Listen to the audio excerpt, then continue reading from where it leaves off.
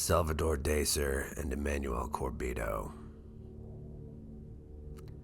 The Dacer-Corbito double murder case is a grim tale entwined with political intrigue, allegations of corruption, and unanswered questions, casting a dark shadow over the administration of President Joseph Estrada. Salvador "Bubby" Dacer was a well-known publicist who managed public relations for influential figures in Philippine politics, including Presidents Fidel Ramos and Joseph Estrada. His work placed him in close proximity to power, but it also made him vulnerable to the murky world of political rivalries. Emmanuel Corbito, Dacer's driver, was an unwitting victim in this case of fatal intrigue. Prior to his death, Dacer had reportedly been summoned to Malacanang Palace by President Estrada, who suspected him of involvement in destabilizing his administration amid growing corruption allegations. Some reports suggested that Dacer was assisting former President Fidel Ramos, fueling Estrada's suspicions and deepening the political crisis. On November 24, 2000, Dacer and Corbito were abducted on their way to Dacer's office at the Manila Hotel. The kidnapping occurred at the intersection of South Superhighway and Zobel Roxas Road, a bustling area in Metro Manila. Later that evening, both men were reportedly strangled to death and their bodies burned.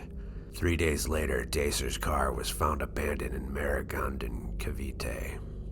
The charred remains of the victims were discovered in a creek in Indang, Cavite in early 2001. Forensic tests confirmed their identities, though the brutal condition of their remains left more questions than answers. Suspicion quickly fell on the Presidential Anti-Organized Crime Task Force, a police unit directly under then Philippine National Police Chief Panfilo Lacson. The National Bureau of Investigation uncovered key testimonies implicating the task force personnel. 2 witnesses, Jimmy Lopez and Alex Deloy, confessed their involvement and provided chilling details of the crime. Lopez recounted how Dacer and Corbito were brought to his property in Cavite before being executed. Deloy described preparing a pyre and witnessing the victim's strangulation. He named other participants, including local officials and task force members. Among those accused were Marino Soberano, Mauro Torres, and other task force operatives. Senior officers, including Superintendent Teofilo Vina and Superintendent Glenn Dumlao, were identified as key figures in the planning and execution of the crime. The case unfolded against a backdrop of political upheaval. Estrada, facing mounting corruption charges, was eventually ousted from office in January 2001. As the investigation progressed, 22 individuals, including high-ranking task force officers, were charged with double murder. Several suspects fled the country, including Dumlao, Michael Ray Aquino, and Cesar Mancao. Senior task force officials sought refuge in the United States. The Philippine government sought their extradition, and all 3 were eventually returned to face trial. In a dramatic twist, Mancao agreed to become a state witness, but was later disqualified due to inconsistencies in his statements. He escaped custody in 2013, but surrendered in 2017. Dumlao also turned state witness in 2009, while Aquino's case was dismissed in 2012. Despite years of legal proceedings, convictions were sparse. In 2017, Mauro Torres was sentenced to life imprisonment for his role in the murders, admitting to strangling the victims. However, many suspects, including high-profile individuals, were either acquitted or never prosecuted due to lack of evidence. The case has long been dogged by speculation over its masterminds. Estrada and Lacson were initially implicated, with some accusing them of orchestrating the crime to silence Dacer. Estrada's presidency was already beleaguered by allegations of corruption, and the timing of Dacer's murder added to the controversies surrounding his administration. Fidel Ramos, Estrada's predecessor, publicly accused Estrada of ordering the hit, further fueling political tensions. The involvement of the Anti-Organized Crime Task Force, a unit created by Estrada to combat organized crime, raised questions about the abuse of power within law enforcement. President Gloria Arroyo, Estrada's successor, disbanded the task force in 2001 amid growing evidence of its members' criminal activities. Despite decades of investigations, the ultimate motives behind the Dacer-Corbito murder remains unclear. Was Dacer targeted for his alleged role in destabilizing Estrada's presidency, or were there deeper political and personal vendettas at play? In January 2023, 2 suspects who had evaded capture for over 2 decades were arrested, reigniting public interest in the case. However, these developments have done little to resolve the broader mystery or bring closure to the victims' families. The Dacer Corbito case stands as a stark reminder of the Philippines' challenges with corruption, impunity, and political violence.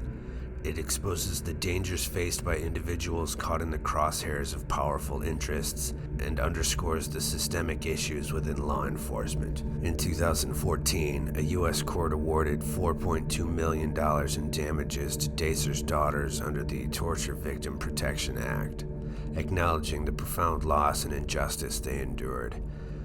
Yet, for many, this symbolic victory fell short of true justice. The Dacer Corbito double murder case is a haunting chapter in the Philippines' history, marked by brutality, corruption, and unresolved questions.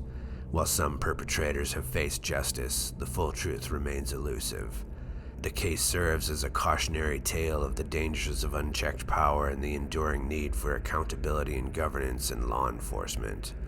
As the years pass, the legacy of this case continues to challenge the nation's pursuit of justice, demanding that the voices of the victims and their families are not forgotten. The Setagaya Family Murders. The Setagaya Family Murders, an unsolved case that occurred between December 30th and 31st, 2000 in Tokyo, Japan, remains one of the most baffling and gruesome crimes in modern Japanese history. The brutal killings of the Miyazawa family, Mikio, Yasuko, and their children, Nina and Rai, shocked the nation and continue to perplex investigators more than 2 decades later. On the morning of December 31st, 2000, Yasuko Miyazawa's mother, Haruko, visited the family home in Setagaya, Tokyo, after being unable to reach her daughter by phone. What she found was horrific. The bodies of her 44-year-old son-in-law Mikio, 41-year-old daughter Yasuko, and her grandchildren, 8-year-old Nina and 6-year-old Rai. Mikio had been stabbed to death, Yasuko and Nina had suffered similar fates, and Rai was strangled in his sleep. The crime scene revealed that the killer had remained in the house for several hours after committing the murders, eating food, using the family's computer, and even leaving feces in the toilet. The intruder appeared disturbingly calm and methodical, ransacking drawers and taking some money, but leaving larger sums behind. The Tokyo Metropolitan Police Department launched one of the largest investigations in Japanese history. From the outset, the details of the crime suggested the killer had entered through the second-floor bathroom window facing a nearby park. Evidence included footprints in the mud outside of the house and a cut fly screen found beneath the window. Inside, forensic experts discovered the killer's DNA and fingerprints, but no matches were found in national or international databases. The DNA analysis indicated that the perpetrator was male and of mixed heritage, East Asian on his father's side and possibly South European on his mother's. Investigators deduced that the killer was right-handed, around 170 centimeters tall, and likely between 15 and 35 years old at the time of the murders. The weapons used in the killings, a sashimi knife and a sentoku knife, provided further insights. The sashimi knife broke during the attack, and its fragments were found embedded in Mikio's skull. The killer then used a sentoku knife from the family's kitchen to finish the murders. Additional evidence included the perpetrator's clothes and personal items left at the scene, such as a scarf, sweater, and hip bag. Investigators traced these items to stores in Kanagawa Prefecture, and the sand found in the hip bag was linked to the Nevada desert and a Japanese skate park. Despite these clues, the killer's identity remains unknown. The Setagaya murders captured national and international attention, leading to widespread speculation about the killer's motives and identity. Some theorized that the crime was random, while others believed it was premeditated and possibly personal.